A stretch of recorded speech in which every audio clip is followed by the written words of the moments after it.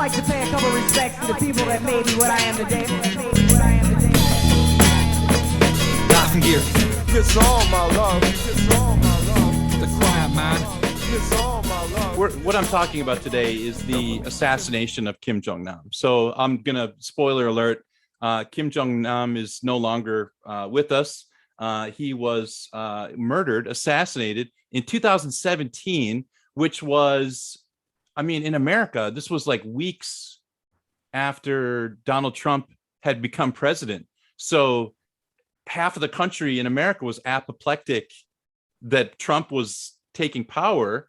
And so this story just kind of zipped through the news cycle, whereas it would have been a huge story any other time. I think it was on in the news cycle for like a day or two in America and gone. And so, so I don't think a lot of, so like our American listeners out there, this might be a completely unknown story to you, or you might have just remembered it a little bit. Maybe even you, Ryan, might have just kind of passed by. I mean, the way I experienced it, I mean, the way I remember is probably because of how I experienced it. Like I remember the headline, and I've got like a mugshot of him in my mind and a location. Like I know where it happened, and but yeah, I don't know the story around it. So. You know what? The cool thing is that I bet you have traveled to Malaysia before. Am I right about that? Many times, yeah. Yes. Okay. So you're going to know this airport, the Kuala Lumpur International Airport. You've probably as any flyer knows of Southeast Asia, you do go to KL. That's the route. See, I've never actually been to Malaysia. So for you, as I'm describing this, feel free to interject with like any information that you have like about the airport and whatnot, because this whole story.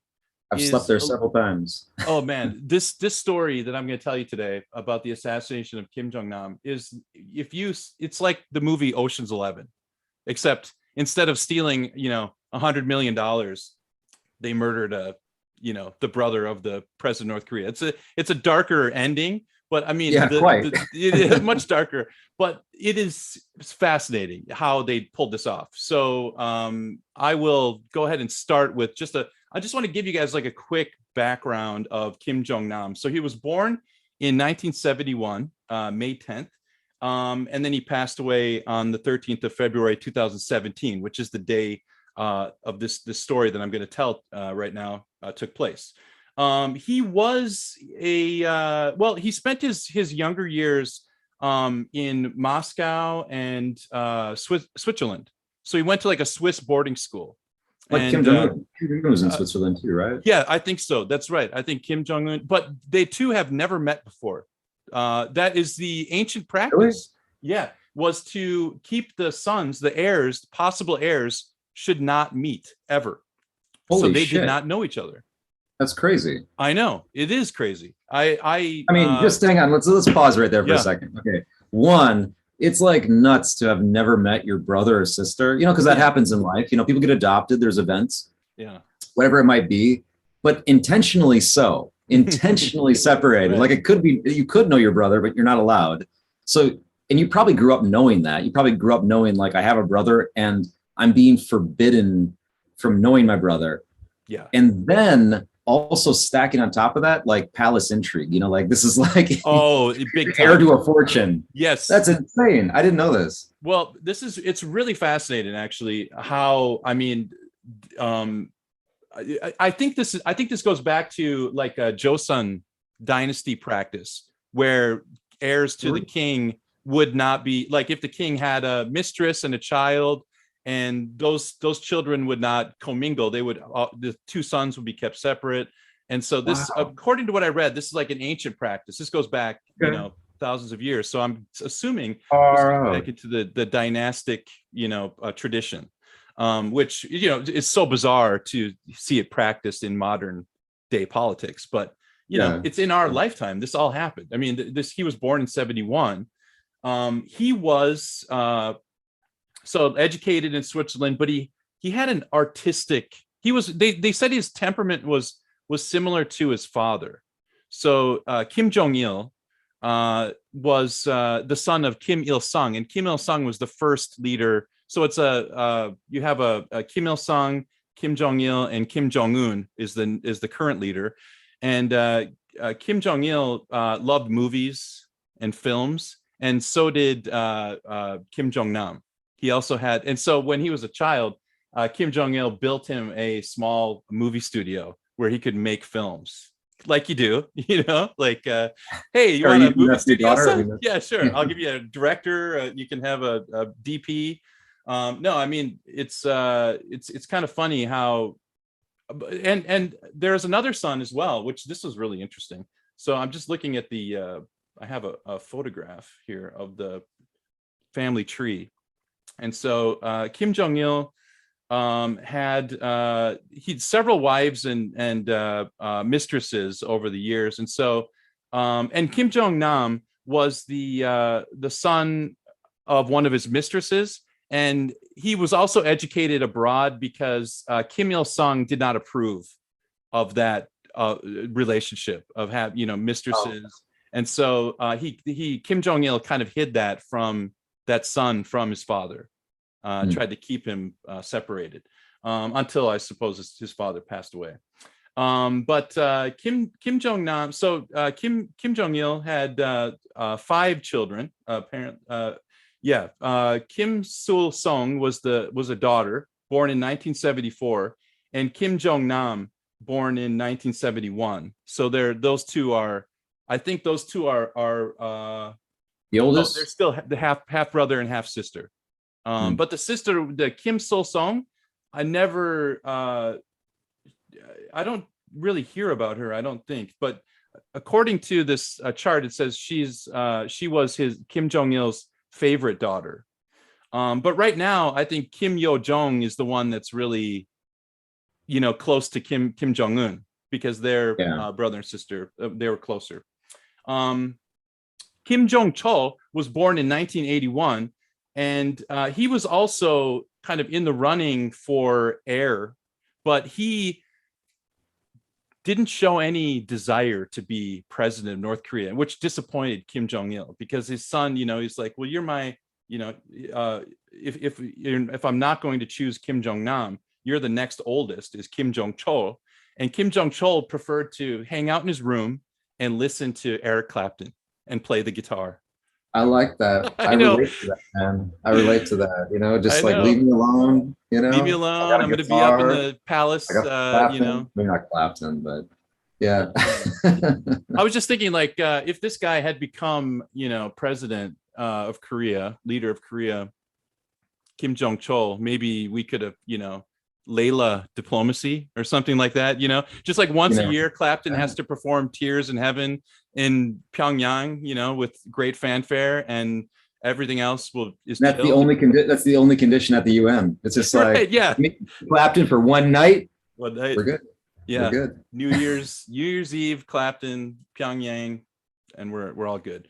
So what happened with Kim Jong-nam is that Kim Jong-nam was the successor to the throne. Essentially, Kim Jong-il was setting him up to be the next president when he passes away.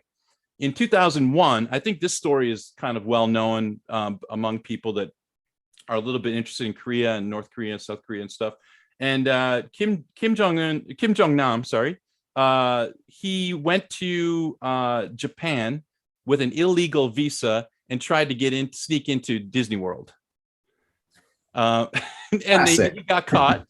Yeah, he got caught. He was there with let me see here. He was traveling on a forged Dominican passport using a Chinese alias, Pang Zhong, which means fat bear. So Fat Bear took his Dominican passport to Narita, International Airport, and tried to go to Disney World with his wife, girlfriend, and a child, his son.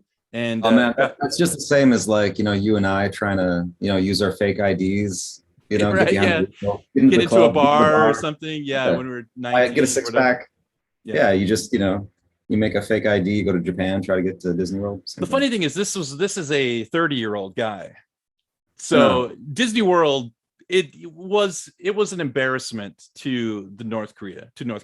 And in fact, Kim Jong-il canceled a trip to China because of this incident.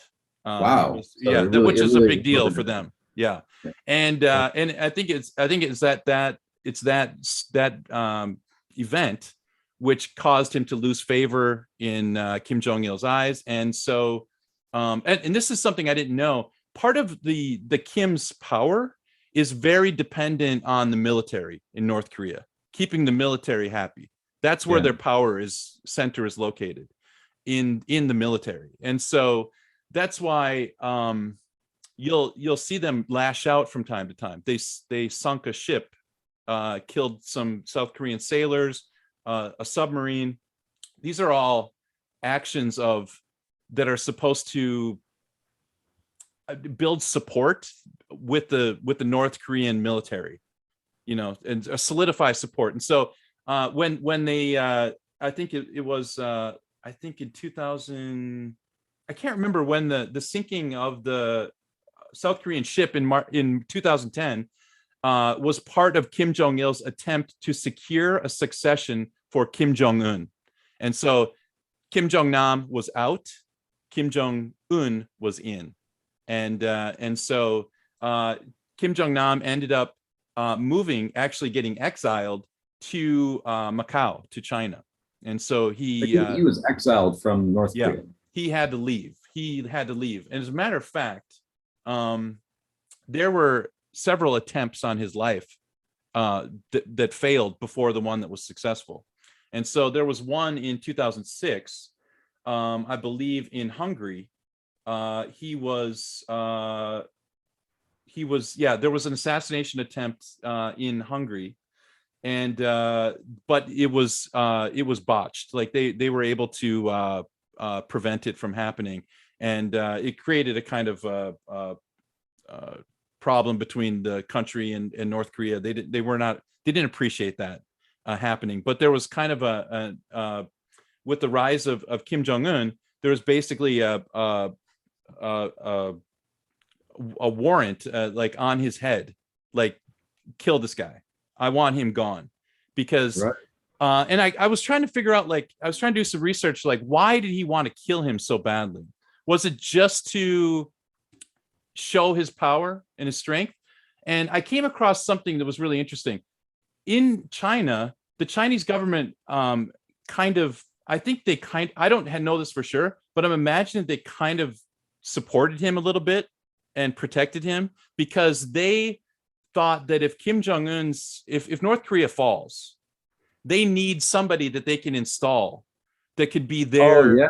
And he was kind of that guy. And so I think that is more of a threat to Kim Jong-un's power than maybe just saying, like, flexing, look how strong I can even have my brother killed. I think that he wanted to eliminate that option.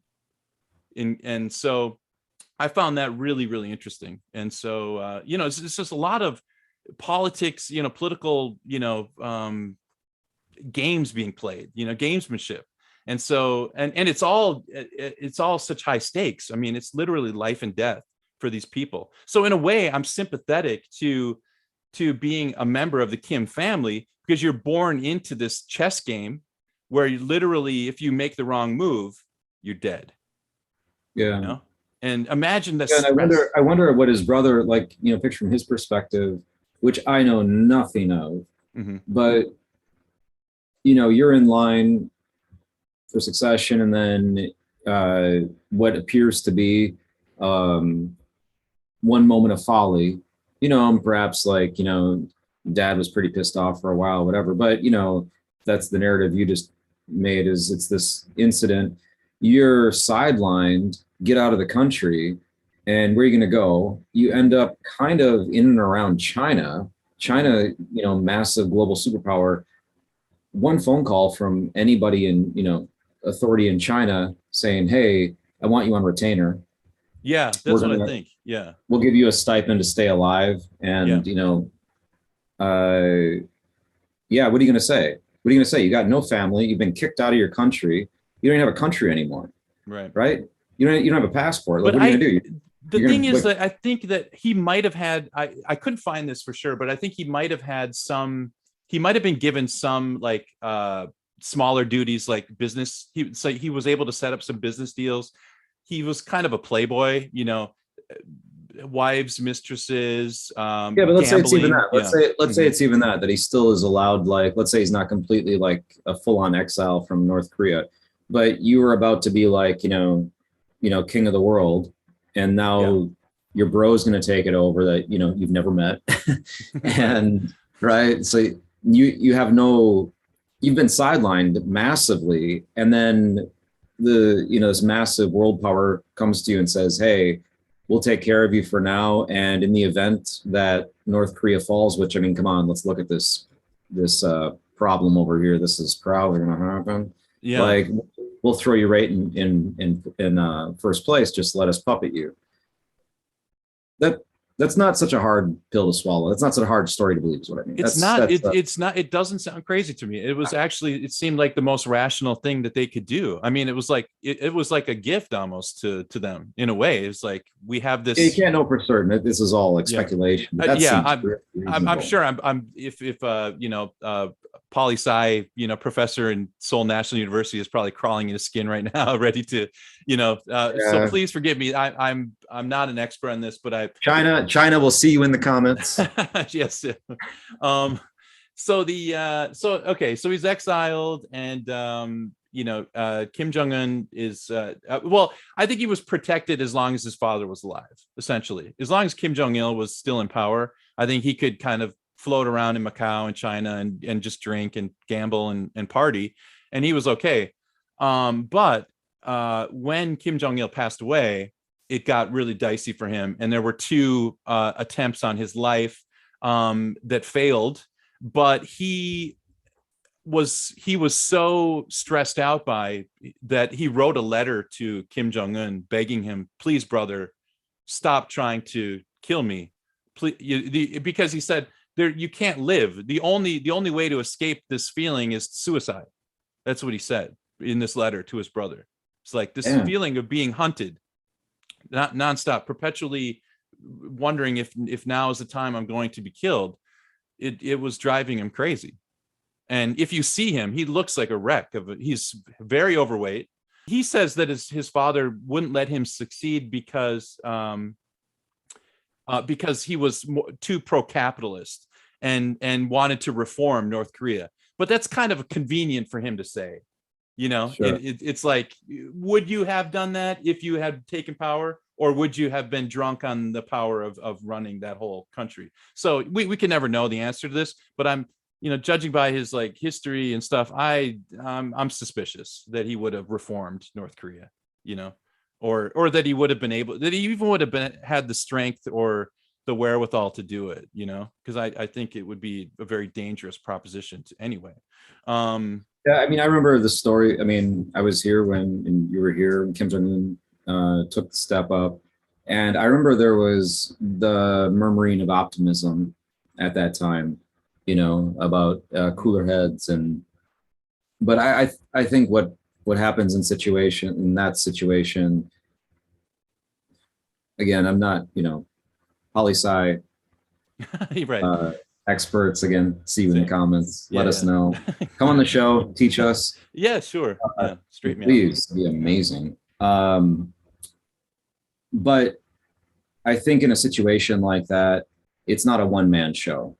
Mm-hmm. So you can't just say like, hey, you seem like a cool guy. And, I think they're so beholden to the institution for which they're commanding, not necessarily serving, but they're not really commanding it. They're more serving it. I think the amount of inertia that has just been built up over those two generations is just probably, I mean, the wave of feeling like you have to do this, continue this forward, is so that there would be so much pressure. I don't think that one person would be able to withstand it. I mean, I was making mince of what I'm saying here. Yeah. Let me try again. Oh, no, I'm sorry. I didn't mean to. No, your words either. No, I mean, I stepped on my own words. What I was trying to say is that, you step into a position of power like that, where you're supposed to be like, king of the world. It's never the case. Mm-hmm. You're going to be, your decisions are not going to be your own. I'm sure that Kim Jong-un has had to kill people that he did not want to kill. Like I feel Probably, like that. I can't be certain, but I feel like that's how I see the situation. Like he's probably had to do horrible things that he didn't want to do. He's probably had to go against his own choices. Well, I mean, he put his uncle on a mountain and blew him up with an anti-aircraft ballistic missile. That's so, an example. You know, it's a little, thou protesteth too much, you know, it's like, it's a little overboard, you know, like, what are you trying to, so obviously that's the language they speak, right? The language of violence, which is, you know, we're very familiar with it in authoritarian regimes. So, and this story, and I'll get into the main story now, because I feel like I've extemporized a little, maybe more than I should have. I enjoyed it. It's good to have that background, to know who this guy is, you know, and so if you see him at the airport, now I'm gonna take you to the assassination day, because I think this is interesting. What I found was that he arrived at Kuala Lumpur International Airport on February 6th, and then 2 days later he went to Langkawi Island. Have you been there? Langkawi, yeah. Langkawi. Okay, thank you. Yeah, it's a resort place. And anybody listening, I don't recommend it. No, hey, if you're from Langkawi and you got some resort there you're trying to pump, good luck. Is it like it's kind of like Thailand, like one of those busy touristy beaches place? Like I mean, you can take a short ride south for, you know, like an hour on a ferry or whatever, and you're in. I mean, I don't want to bad talk this island. No, I know what you're saying. You're saying it's a touristy place. It's you're kind gonna of pay 3 times as much for your beer. Yeah. Okay. And he didn't care about that, because in his backpack that he had at the airport on February 13th was $100,000 in cash and 12 vials of antitoxin nerve agent antidote. What? Yeah, he just walked around with those because he was so paranoid. Are you serious? This is known? This was in his backpack. Known. Yeah, this was in his backpack. He had 100. Okay, that's not a healthy person right there. That is not a healthy person, like psychologically. Well, if you look at his body, I'm sure there was blood pressure medicine in there, and probably some statins, you know, but yeah. Anti-nerve toxins and 100 grand. Like, you got problems, man. I don't know how do you get that through the machine, you know? Like, I wonder if that gets flagged or anything. Sorry, no liquids on the plane, you know? So yeah, I mean, this but he's this schlubby guy. So, but during that trip to Langkawi, in that time between his arrival at KL on February 6th and the 13th, the day he was murdered, apparently he met with a CIA agent and handed over a large amount of electronic data. This is so he was actually a spy for the CIA. He was I don't know an asset, I guess you would call it, or something like that. Not a secret agent, but like a informant. And so this would be, again, a huge motive to take him out, because he'd be spilling the tea about things that happen in, you know, again, palace intrigue and all that sort of stuff. Like we want to know what's going on there. And so apparently he was an asset. I don't know, like I found it in a few articles, but I'd say take this with a grain of salt, because I'm not 100% sure about this. But that's what I discovered in my research. So on February 13th, Kim Jong-Nam arrives back at KLIA, Kuala Lumpur International Airport. It's 9 o'clock in the morning, and he's walking in. When you walk into the airport, like it's kind of like the, I don't know, ante room or whatever. Before you check your baggage, there's like restaurants and cafes, Starbucks, Roti Bun, you know, all those Cinnabon or whatever, you know, places. And so he's kind of in that area. And so if right now, I would say it's a good time to like pause the podcast, and jump on YouTube and watch the CCTV footage, because you could see the entire murder in real time on CCTV. It's really fascinating. And so you can get a kind of an idea of what the airport looks like and what happens. And it happens so quickly. He's in the airport. He's standing kind of in between, like it looks like he's in between a couple of coffee shops, and he's kind of ready to go to the baggage check area. and two women run up behind him, and one woman rubs some liquid on his face, and the other woman puts a cloth on his face, and then they run away. And as soon as this happens, he's like, what is going on? This is really crazy. So he goes to a receptionist and he says, hey, someone grabbed me from behind and rubbed a liquid on my face. And he said, I'm not feeling too well. And you could see this in the video in the CCTV. He's talking to the receptionist, and there are a couple of security, airport security guys there. And they say, let's take you to the medical office. There's like a little doctor's office in the next floor down. And it's just like and you can see this in the CCTV as well. And as he's walking, you can see he's messed up. Like something is happening, but it's not that bad. I mean, he just like, he looks more kind of stunned than sick at that moment. And you see him kind of walking, but he is definitely, he's stunned. And he goes into that into that room, and so you can only watch what's happening from the hallway into the glass of the doctor's office. But inside there, within a few minutes, he collapses. And you can see this picture, and there's a picture of him, and it's again from the CCTV, and he's on a sofa, and it's kind of like his belly's kind of sticking out of his shirt. He's disheveled. He's not breathing right. Something has gone terribly wrong. And within 15 to 20 minutes, he's dead. He dies apparently he died in the ambulance on the way to the hospital. So it took about 15 to 20 minutes for him to die. And what was do you know the nerve agent, what they use? So this is where the story gets absolutely bonkers. So what happened was that, you're right. What you said about that, the liquid that was rubbed on his face was VX nerve agent, which is the deadliest nerve agent that there is. Like VX, I think they said something like 10 milligrams will kill a grown man in a short amount of time. So it doesn't take a lot, and rubbing it on the face would be particularly bad because there are a lot of mucous membranes, so it will get absorbed more quickly. Like if you just rubbed it on somebody's leg or a pant leg, that's dangerous. I mean, this is a dangerous chemical. However, rubbing it right on the skin of the face would be the best way to, I guess the better way would be injected in someone's blood. But I mean, if you're just gonna, rub it on skin, face would be a great place. Nose, mouth, eyes, something like that. So VX nerve agent, apparently VX is, like I said, it's maybe the most dangerous nerve agent. And North Korea apparently has, like, I don't know, 500,000, I don't know what they have sorry, I'm not even going to say a number. They have a shitload of it. Yeah, more than anyone needs.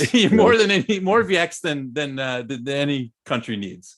And this is all like, this stuff breaks like treaties, like I'm trying to think of like international laws. I mean, these are chemical weapons, right? This is the kind of stuff that we were searching for in Iraq in 2000. They said, Saddam Hussein used on his people. This is the kind of stuff I'm talking about. This nerve agent type stuff. Very, very deadly and cruel. It's a weapon of mass destruction. I would say it fits that description or definition. Okay. So what happened is that these two women run away, and however, they're caught on camera. And I'm going to talk about the two women right now a little bit here, and then I'm going to come back to the other thing here. Okay. So the one woman, her surname was Huang, and she was from Vietnam. So as a Vietnamese woman, she was 28 years old. I believe her name was Duan Thi Huang, but I'm murdering the pronunciation. And the other woman was from Indonesia, and she was Siti Aisyah, I believe is I'm not sure if I'm pronouncing that right. Aisyah. Aisyah. I don't know if how to pronounce it. And the two women, obviously the first instinct of the Malaysian police was these two women are highly skilled, femme fatales, secret agents who perpetrated this masterful murder in a precise way that would make a movie star blush, and so that's what they were sold as in those first couple of days, right? These two femme fatales. Who are they? Well, both of them worked in the, and I'm gonna you can't see this on the if you watch the YouTube, you can see this. I'm using entertainment with air quotes, entertainment industry in Malaysia. The club life. One worked in a massage parlor, the other one I think a bar. But they were, that was their way of earning money. And they came from small villages, very poor, and so they were looking for a way to earn, a better living and have a better life. And so they ended up in Malaysia, in Kuala Lumpur, working in the entertainment industry there. I'm sorry, the male entertainment industry, if that makes sense. Okay. Try to be delicate, but and not crude. But what happened was the two women were recruited by some Asian men that apparently lived in that sold themselves as being entertainment producers, essentially, of a YouTube channel, like a very popular YouTube channel in Japan. Another one said he was I think a wealthy South Korean, and that they were looking for some stars to be in their kind of like a candid camera, secret camera YouTube and television show. And so every time, and the show was, this is what the show was. This is it. This is the whole show. You put some baby oil on your hands, and you run up behind an unsuspecting man in an airport or a hotel lobby or an airport lobby, and you rub it on his face or kiss his cheek, and then run away. And there's a camera recording this, is what they're told, the young women. As the camera is recording it, they've filmed the reaction of the man, and this goes into the YouTube video, and it's wildly popular. You're going to become a movie star. $100 a pop for each of these, each time they perform this. And so these recruiters, now these are North Korean spies, obviously, but these are guys that are smooth operators. Like, this is where the Ocean's 11 thing comes in, because they're able to talk these girls. And I think there were other girls as well. I don't think it was just these two girls. I think they started by recruiting other girls, but the girls that ended up committing the assassination by proxy, essentially, were the most outgoing of the girls they recruited, like willing to do, follow through. So they did like some baby oil incidences first? They did. I believe that I have this here. Huang performed 4 times in locations around Kuala Lumpur. So 4 different times she got paid $100 a pop to rub some lotion, some massage lotion or baby oil on the faces of unsuspecting. Wow. So like there's a guy out there right now that's like, he's like the test subject for an assassination. Yeah. Like what a bar story. What a bar story. I was in no, check this out. CT, she performed it more than, I think, 10 times, at least 10 occasions. She was even flown to Phnom Penh. She was flown to other countries in Southeast Asia to perform this thing, I don't even know what you'd call it, like fake YouTube prank, but it's like the lamest prank in the history of pranks. Like, yeah, I mean, yeah. which is the lameness of the prank, I think, is what led to the such high suspicion. Is like, I think the Malaysian authorities are like, clearly you're not this naive. Like, there's naive, and then now you've just invented a new word that we need for naive. The detective's like, you know what? I'm not buying it. Like, what? I'm not buying it. Why? It's just not funny. It's just not funny. Artistically, it just doesn't. Artistically, there's no merit here. This is garbage. It is. I mean, it's bizarre, but the girls were, I mean, they were fully into it. Like they were on the road to stardom. And so if you look at YouTube and you punch in Duan T Huang, the Huong, the name of the Vietnamese girl, she even auditioned for like the American Idol copycat of Vietnam, like Vietnam's version of American Idol. Okay. So Vietnamese Idol, I guess, or whatever. And she sang, and she had a lovely voice. Like she's a pretty good singer. And so I think she, they have starry eyes, these young girls. And they're also like of the age, they're maybe 30 and 26 or something like that, or 27. So, they're like, they grew up with YouTube and stuff, right? Or at least they had it. And I mean, in all seriousness, in their defense, like, YouTube is filled with trash. Like, yeah. I mean, in all seriousness, like I made so like the story, the detective being like, this isn't funny. Well, yeah, I mean, anything flies. It's the internet, bro. Like, I know. I mean, so maybe it's not that silly. Yeah, I mean, there's how many cat videos? Like, are those hilarious, or what's wrong with it? Like, why do we? Yeah, Jack, we're on the internet. I mean, right? Yeah, if we can be, anything's possible. I mean, right. And so I think that actually, I don't find it unfathomable that they could be duped this way. And they were young. They were in their 20s when this happened. And they were getting paid $100. Like, that was pretty big money for them, for these two girls, to get $100. That's like, I don't think they were making that much in a day, in maybe a week, or maybe 3 or 4 days. I don't know, but I'm sure that they, $100 a pop.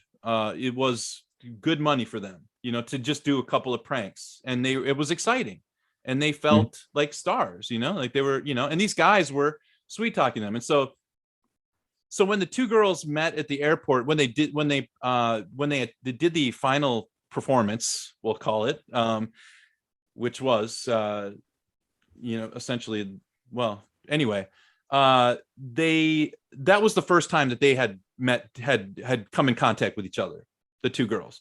And I'm kind of wondering right now, why would there be two girls? And that really got me interested, and that sent me down a little bit of a rabbit hole. And I would like to ask you your opinion about this, because this kind of makes sense to me.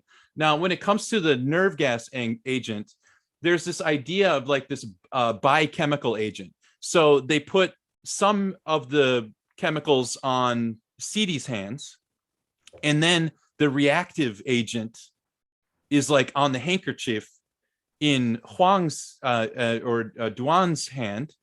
And so yes, right. And so once the two are connect, the two chemicals meet each other, that sends off a reaction, and that's where the nerve agent becomes the VX.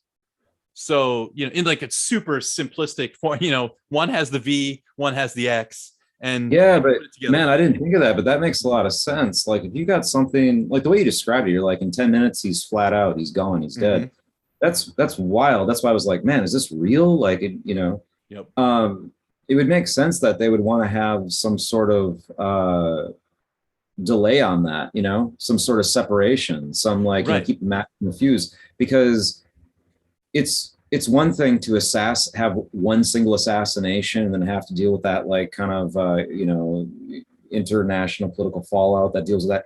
It's another thing if you accidentally give a bunch of VX to a Thai prostitute and she drops it on her way through the airport and kills 30,000 people, like that's a Right. different thing. I mean, this is so ballsy. Like it's off the wall. Like this is nuts. Like I can't believe they tried Yeah. this, and I can't believe it even worked. I mean, that's why I compare it to like an Ocean's 11, because in reality, Ocean's 11, that would have broke down after the first act. Something would have happened, and you know what I mean. Like this only happens in the movies, but this literally, this whole thing played out exactly the way these guys pretty much wanted it to happen. And so, right. And also you don't want CT or Duan to drop dead 3 steps after you give them the lotion on their hands to rub on, the VX nerve Right. agent, so CT got sick in the cab on the way home. Like when she left, like she ran out, and the guys, so I have to back up here a little bit. As this was happening, there were 5 agents that they know were in the airport. And I believe 4 of them were in a coffee shop just watching the show, essentially. And then obviously the handlers were the ones that put the chemical on the hands of the girls. Because this they've been doing this over and over again. But this last time, according to, I watched this interview with CT, the Indonesian girl. She did an interview with like National Geographic or 60 Minutes, I can't remember, but she I'll link to all this stuff that I all my resources, and so she said that when he put it in her hand, so that's why I think she didn't have the cloth. I think that the Vietnamese girl had the cloth soaked in it, and maybe CT, because it was in her hand and then she rubbed it on the face of Kim Jong-Nam, that made her sick. But I don't understand why it didn't make her, why it didn't kill her, like through her hands, so it's a very strange. I couldn't get like exactly the answers. In some articles I read that they just say like one of the girls had a cloth, a handkerchief, and but I was trying to figure out like which one, and you can't really see from the CCTV. You just kind of see the Vietnamese girl, Huang, throws her hands over his face, and then you can't really even see what the Indonesian girl is doing clearly. But she said that he put it right in her hand at the cafe, and then as the girls went off to find the guy, they said, the next actor is this guy, and they pointed to Kim Jong-Nam. They said he's an actor.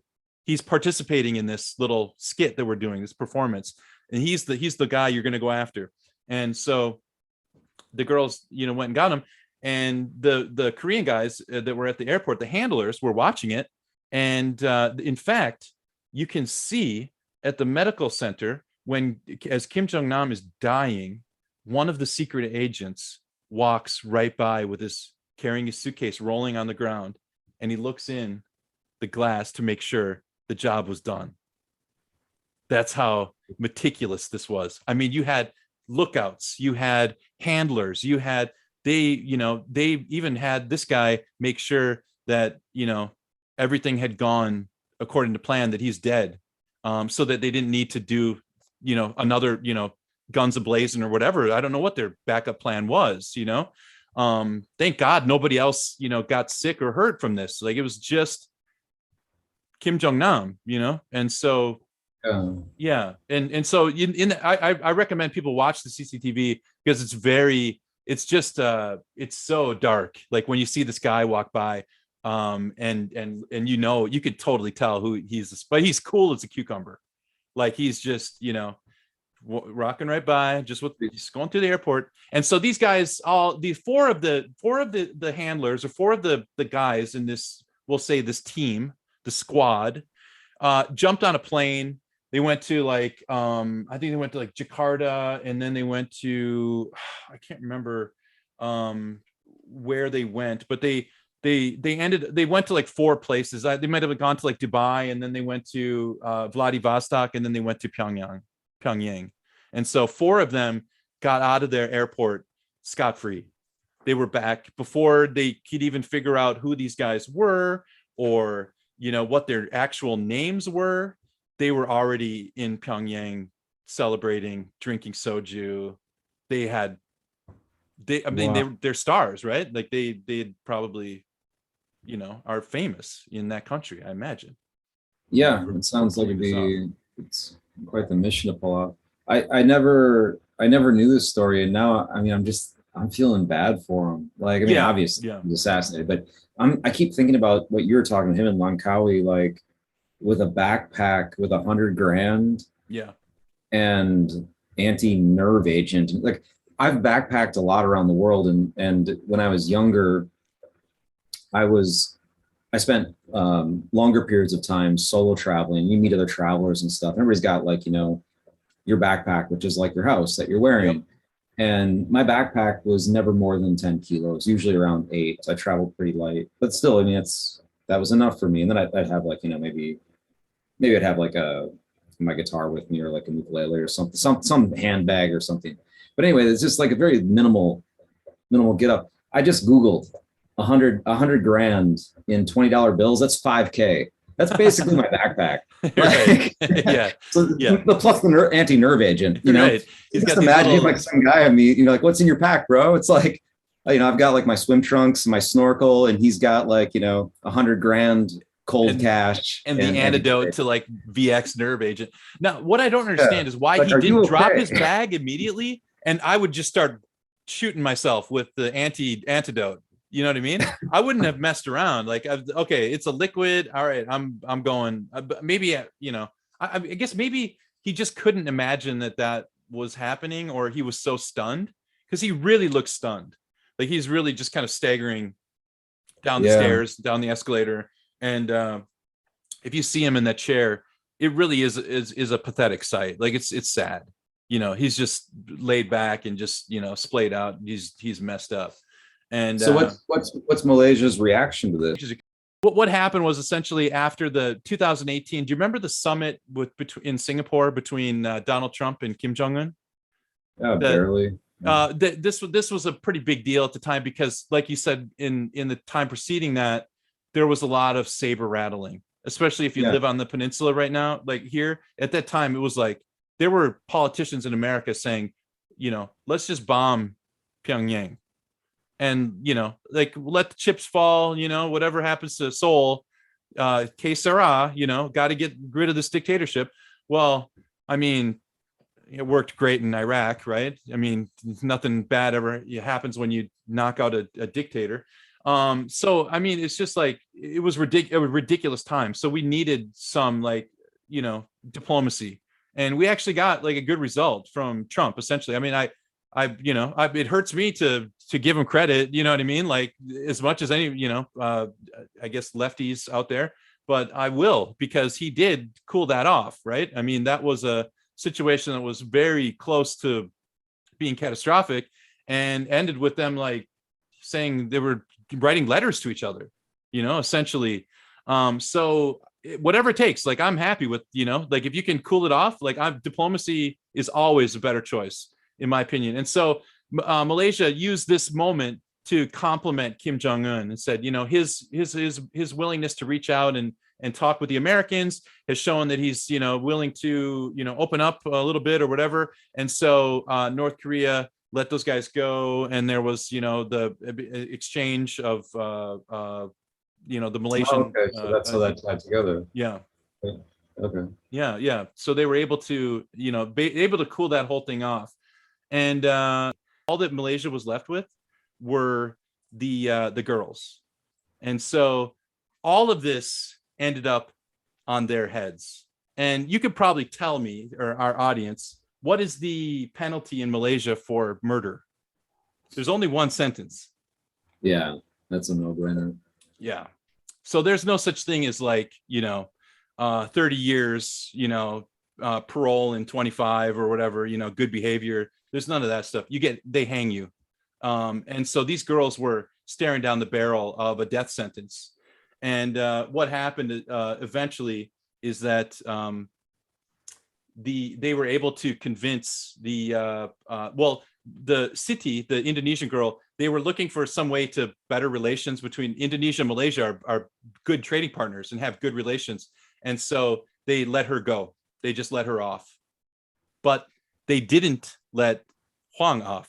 But the girls did exactly the same thing, same story, exactly. So people are saying that's not fair. How can you? And what they ended up doing was they ended up getting Huang, the Vietnamese girl, to plead to like hurting someone, harming someone willfully or whatever, and which is a 3-year sentence. The girls had already done 2 years. I think Huang did another month, and then they let her out because they cut the sentence by a third, which is she went home also. Yeah, so she went home also. So basically, end of the day, nobody paid for the murder of Kim Jong-Nam.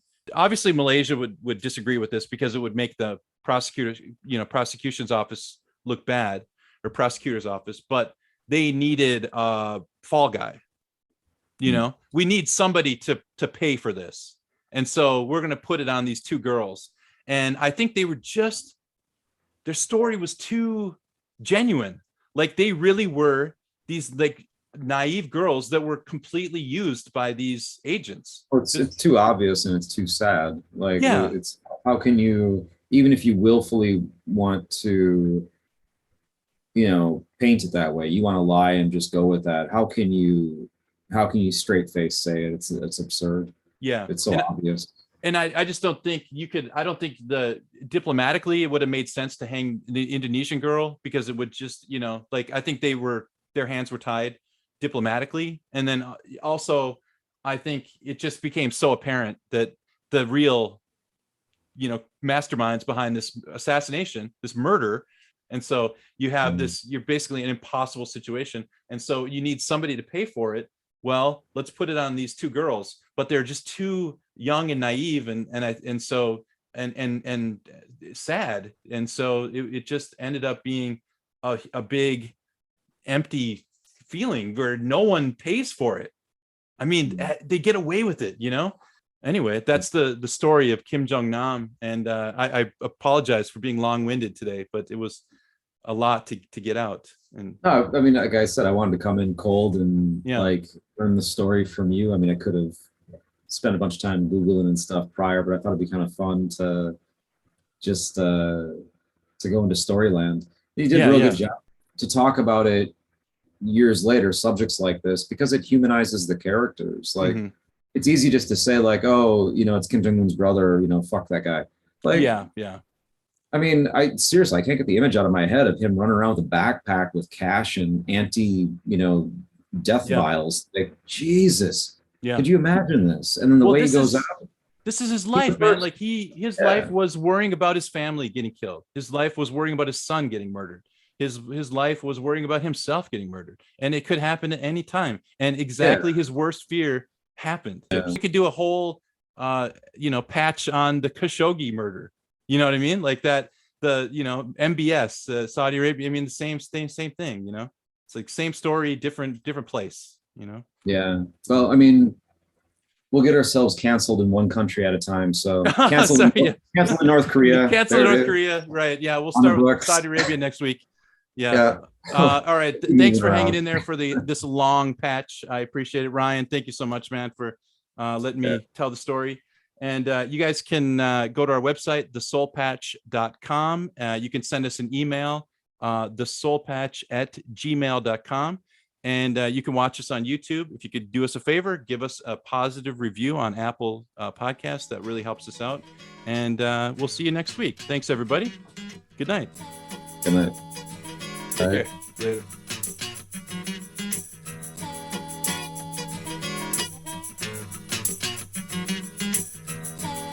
I'd like to pay a couple respects to the people that made me what I am today.